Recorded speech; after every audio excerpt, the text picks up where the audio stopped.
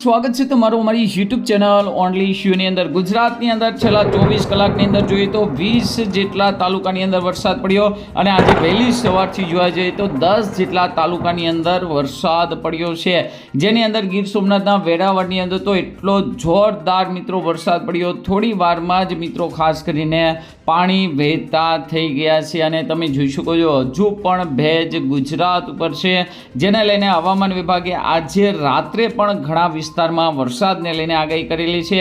હાલ મિત્રો ગુજરાતની અંદર જોવા જઈએ તો સૌરાષ્ટ્રની અંદર તેજ પવન ફૂંકાઈ રહ્યો છે, જેને લઈને ઢગ જેવું વાદળછાયા વાતાવરણ છે, ગરમીની અંદર ખૂબ જ રાહત છે, પરંતુ આજે રાત્રે ખાસ કરીને હજુ પણ મોટી આગાહી છે। તો આજના વિડીયોમાં આપણે વાત કરવાના છીએ આજે રાત્રે ક્યાં ક્યાં વરસાદ પડી શકે છે, સાથે સાથે મિત્રો આગામી 7 અને 8 તારીખે પણ વરસાદને લઈને આગાહી છે।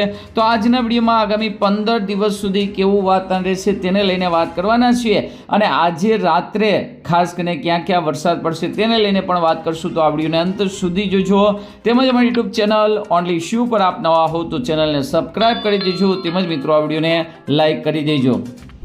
તમે જોઈ શકો છો દેવભૂમિ દ્વારકાના કલ્યાણપુરની અંદર સવારે 8 થી 10 મિત્રો ખાસ કરીને 1 ઇંચ સુધીનો વરસાદ, આ સિવાય ગીર સોમનાથના પાટણ વેરાવળમાં પણ 1 ઇંચ, આ સિવાય દ્વારકાના ખાંભલિયા અને ખાસ કરીને ઓખા મંડળની અંદર તમે જોઈ શકો છો 1/2 ઇંચ સુધીનો વરસાદ, આ સિવાય કચ્છના અંજાર, મુન્દ્રા, ગાંધીધામ, લાલપુર છે, ભાણવડ છે, તળાજા છે, તો આ વિસ્તારની અંદર આજે વરસાદ જોવા મળ્યો છે, પરંતુ દ્વારકાના કલ્યાણ પર અને ગીર સોમનાથની અંદર ભૂક્કા કાઢી નાખે તેવો વરસાદ છે। ગઈકાલે પણ તમે જોઈ શકો છો કચ્છ, દ્વારકા, ગીર સોમનાથની અંદર અને દાદરા નગર હવેલીમાં વરસાદ હતો। ખાસ કરીને જોવા જઈએ તો હવામાન વિભાગે આજે રાત્રે એટલે કે મોટો મેપ જાહેર કરી અને તમે જોઈ શકો છો આજે રાત્રે કચ્છ, બનાસકાંઠા, પાટણ, મહેસાણા, સાબરકાંઠા, ગાંધીનગર, અરવલ્લી, મહીસાગર, દાહોદ, છોટાઉદેપુર, નર્મદા, તાપી, ડાંગ, અમદાવાદ, સુરેન્દ્રનગર, બોટાદ, મોરબી, રાજકોટ, જામનગર, દ્વારકા, પોરબંદર, જૂનાગઢ અને ગીર સોમનાથની અંદર વરસાદને લઈને આગાહી કરવામાં આવી છે, એટલે કે ગાજવીજ સાથે કડાકા ભડાકા સાથે આજે રાત્રે આ જિલ્લામાં વરસાદને લઈને આગાહી છે અને આગામી 7 તારીખે કચ્છ, બનાસકાંઠા અને સાબરકાંઠાની અંદર મિત્રો આગાહી છે।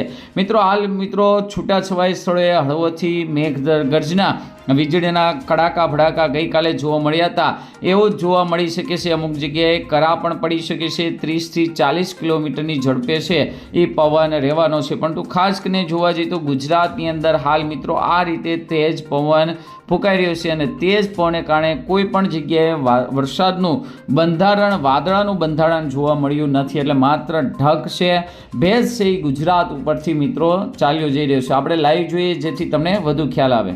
લાઈવ જોઈ શકો છો કે કઈ રીતે ભેજના વાદળો છે એ ગુજરાત ઉપરથી, કચ્છ ઉપરથી અહીંયા તમે જોઈ શકો છો પસાર થઈ રહ્યા છે, પરંતુ વરસાદ નથી આવતો। એનું કારણ છે મિત્રો ખાસ કરીને આપણે અગાઉ જ વાત કરી કે ગુજરાતની અંદર હાલ જે પવનની ઝડપ છે અહીં તમે જોઈ શકો, સૌરાષ્ટ્રની અંદર વાત કરીએ તો અહીંયા તમે જોઈ શકો 50, 52, જૂનાગઢની અંદર વેરાવળની તો 40 થી લઈને 50 કિલોમીટરની ઝડપે પવન હાલ મિત્રો ફૂંકાઈ રહ્યો છે। કચ્છની અંદર પણ તેજ પવન છે, અહીંયા તમે જોઈ શકો 44, પાલનપુરની અંદર તો 51 કિલોમીટર, ખૂબ જ તેજ પવનને કારણે કોઈ પણ જગ્યાએથી વાદળો બંધાઈ રહ્યા નથી અને તમે જોઈ શકો છો હવાની અંદર ભેજ છે પણ વાદળો મિત્રો બંધાઈ રહ્યા નથી, એટલે તમામ ભેજ મિત્રો અહીંયાથી નીકળી રહ્યો છે અને તમે જોઈ શકો છો ખાસ કરીને આ જે બ્લુ કલરનો ભાગ છે મહારાષ્ટ્ર સહિત નાગપુરના એરિયામાં આ વિસ્તારમાં ખૂબ જ ભેજ છે એ બંધાઈ રહ્યો છે, પવનની ઝડપ ઓછી છે।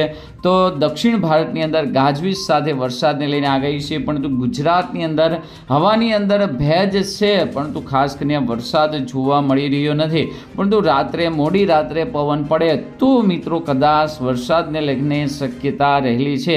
બાકી મિત્રો ગાજવીજ જોવા મળશે, આવતીકાલે પણ વહેલી સવારે મિત્રો થોડોક ઝાકળ ને ઝુમ્મસ જોવા મળે, ત્યારબાદ મિત્રો કોઈ જગ્યાએ વેસ્ટર્ન ડિસ્ટર્બન્સની અસર નથી। અહીંયા તમે જોઈ શકો છો કે દાહોદ, ગોધરાની અંદર આવતીકાલે પવન નહીં હોય તો પણ મિત્રો ત્યાં અસર જોવા મળશે, બાકી મિત્રો અહીંયા તમે જોઈ શકો છો વરસાદને લઈને આગાહી નથી।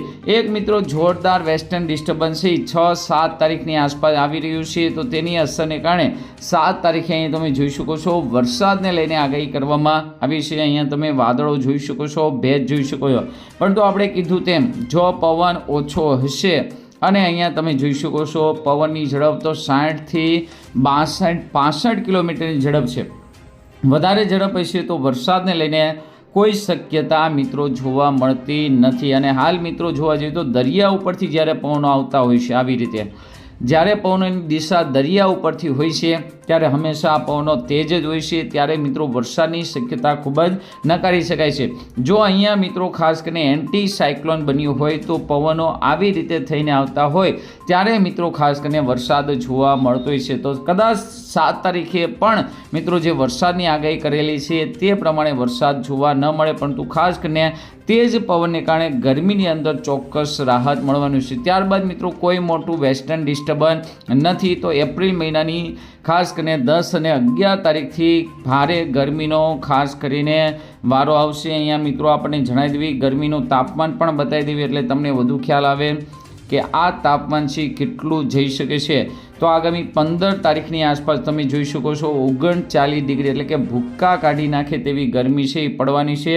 પવનની ઝડપ પણ મિત્રો ખાસ કરીને નોર્મલ રહેવાની છે। તો ધીમે ધીમે તાપમાનની અંદર વધારો થશે અને ત્યારબાદ મિત્રો તમે જોઈ શકો 39-40 ડિગ્રી એટલે કે એપ્રિલ મહિનાના અંતની અંદર અહીં તમે જોઈ શકો 41 ડિગ્રી સુધી તાપમાન છે જોવા મળી રહ્યું છે, એટલે કે ખૂબ જ ભારે તાપમાન છે એ આગામી સમયની અંદર જોવા મળવાનું છે। ત્યારબાદ કોઈ વેસ્ટર્ન ડિસ્ટર્બન્સ પણ જોવા મળ્યા નથી। આજનું કેવું વાતાવરણ છે તમારા વિસ્તારમાં જરૂરથી કોમેન્ટ કરજો। આજના વિડીયોમાં આટલું જ। અસ્તુ, જય હિન્દ, જય ભારત।